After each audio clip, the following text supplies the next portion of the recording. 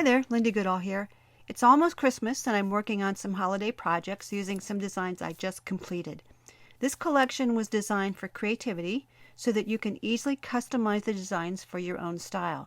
This page shows you an earlier version of what I was playing with. These were all digitized in Stitch Artist, and if I click this little disclosure icon, we can see all the objects in there, but that can get messy when we're playing around with designs, so we're just going to be working with the stitch files for our project. On this page we can see some of the completed ones, and if I flip over to the preview, here's one of them sewn out, and I've sewn them over Mylar. You're basically doing an applique placement guide, laying down the Mylar, stitching all the background fill, then ripping off the excess Mylar, and you get it sparkling through. Here's another one, and we're going to be working with this one in this video. So let's switch back there. Now this design was built from several of the designs in the collection. So we have our basic ornament, we have a ribbon, and then we have this Noel design. This is an example of how you can customize the design with the pre-made add-ons. Now you'll notice that this is this yucky yellow color around the silver ornament hanger, and the reason that's on there is so that you can make this a freestanding applique. Now this probably doesn't have enough stitches behind it to totally support it with no fabric under there, but if you were to stitch it on, say, nylon organza and then melt it away, you'd be just fine. And you would need this to keep the stitches from falling off the edges, but it's done as a separate color so you can easily delete it. So let's make a design. So we'll go over here to this empty blank document.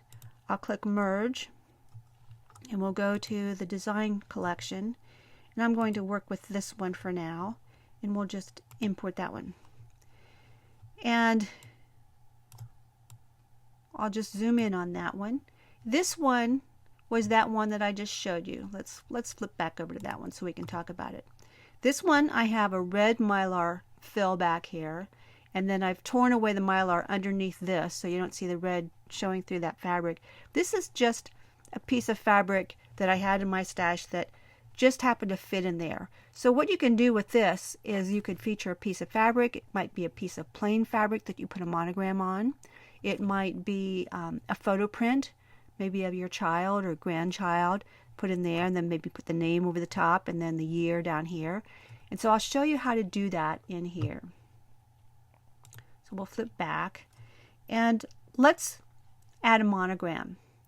Now Essentials comes with some pre-made monogram fonts, which is great, so we'll just use those so you don't have to worry about having the exact same font that I have.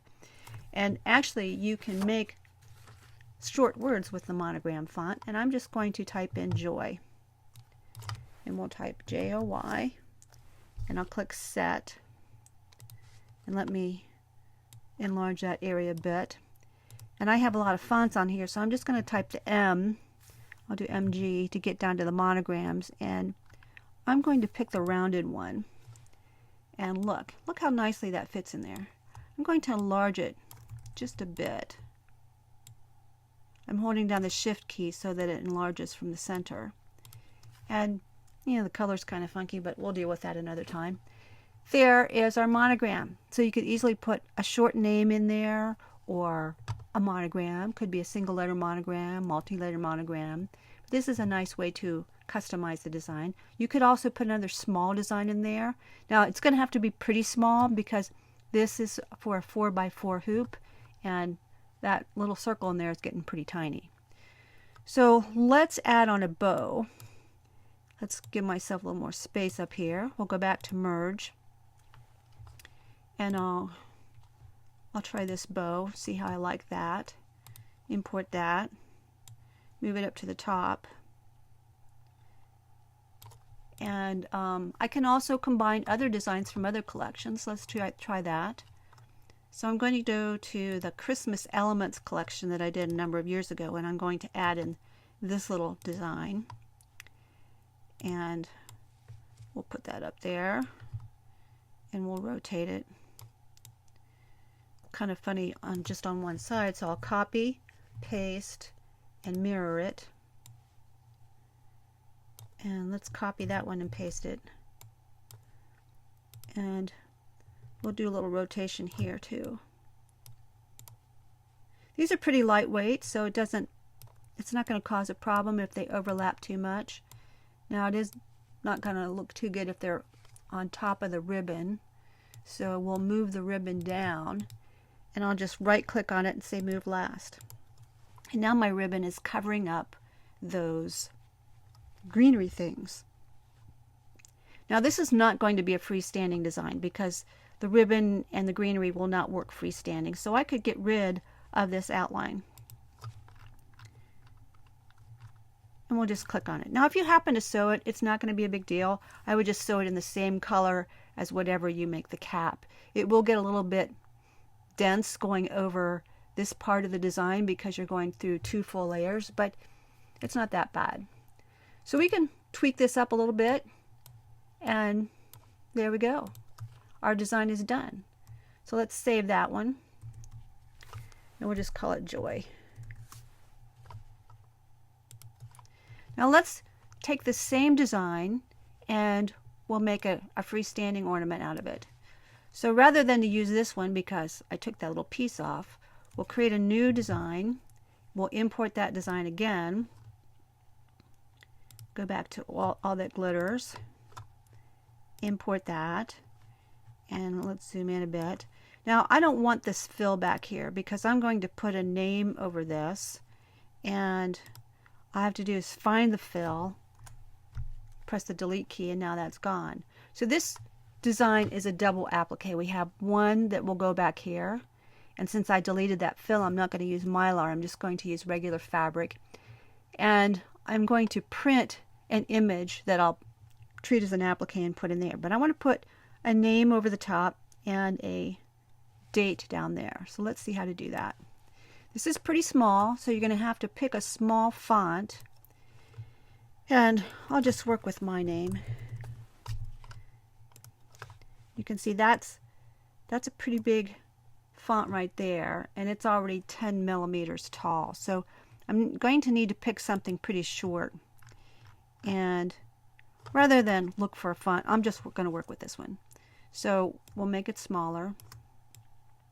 And I want it to arc over that part, so I'm going to click on circular text, and then I'm just going to start manipulating that arc till it looks good. And that looks pretty good. So I'll just move that into place. Now I'm going to copy, paste, I'll drag that one down, and I want the date on this one. So I'll just scroll over that, type in 2015, hit enter. Problem is I want it to curve this way. And it's easy to do that. I just place on the bottom. And my curve is the right curve now because I've already fixed it up there. Now I might want to adjust the spacing here. I might want to squish those together a little bit more. And I might want to spread these out a little bit more.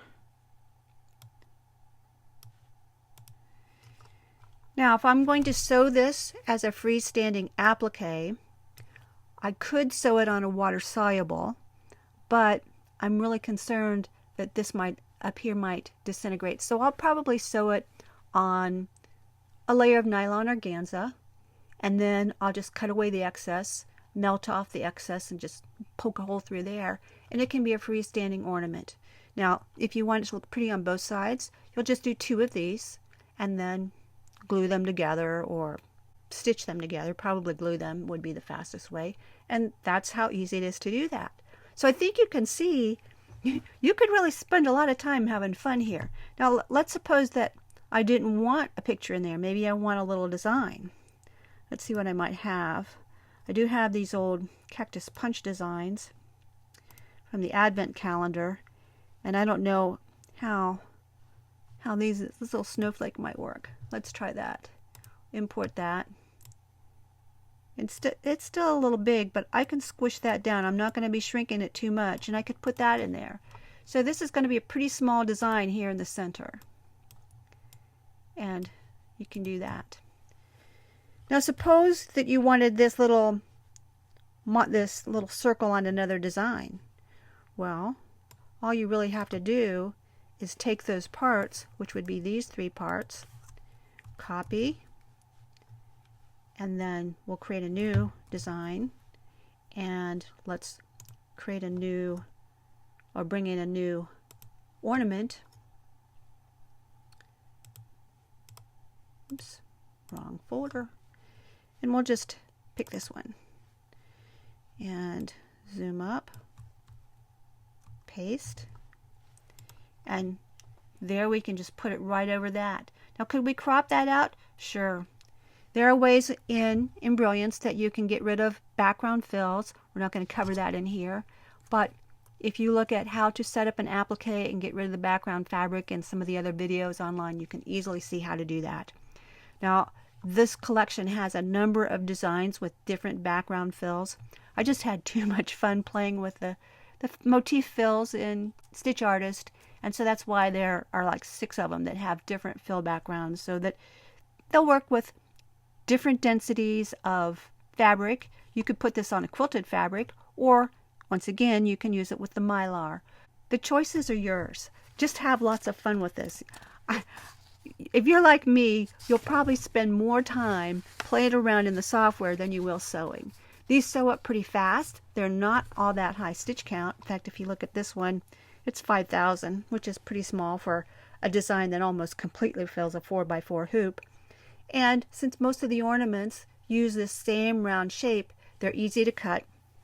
So you have 3 applique templates with this. You have this one and this one. And as long as you don't resize the designs, those templates will work. If you do resize the designs, you can make templates with essentials. So I hope you've enjoyed this video.